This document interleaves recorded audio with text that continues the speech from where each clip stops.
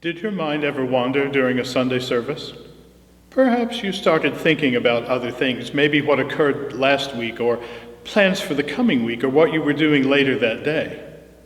Something like that happened to the writer of a familiar hymn. On a hot summer Sunday morning in 1865, Mrs. Elvina Hall was found in her accustomed place in the church choir loft, but as the pious words of the Reverend Schrick's prayer droned on, her mind drifted to other things. She pondered the meaning of the cross, and the storied scene flashed before her mind's eye. High upon a rocky crag, 3 crosses scarred the afternoon sky. On the outer gibbets hung 2 notorious thieves. Below, Roman soldiers drank and gambled, waiting for death to overtake the poor wretches suspended above them. It was a public execution, but far more significant than they imagined at the time. Suddenly the air grew dense, and an eerie darkness invaded the scene. As the soldiers gazed about them in superstitious dread, a triumphant cry pierced the gloom. It came from the figure on the center cross. One word in the Greek tongue, tetelestai. Then he was dead. That shout of victory Christ uttered as he died is usually translated, "It is finished." But it had another meaning back then. It was an accounting term. When a bill was paid, it was commonly stamped with the word tetelestai, meaning paid in full. As the pastor's prayer continued, Mrs. Hall took up her hymn book and, turning to a blank page inside the cover, she began to write. Afterwards, she presented the pastor with some simple lines of poetry, not likely telling him when they were written. Glancing at them, the pastor was reminded of something that had happened just that week. The church organist, John Grape, had composed a new hymn tune with no words in mind. He passed it on to Pastor Schrick, suggesting they might find a use for it in the future.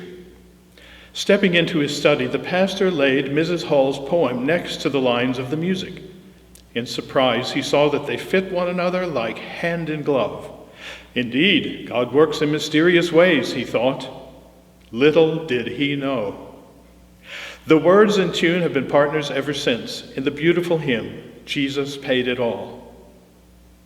Isn't that the gospel of grace? That God in love did for us what we could not do for ourselves?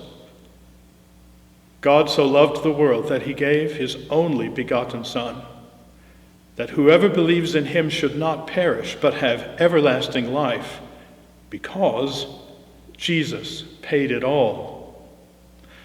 Tetelestai, paid in full.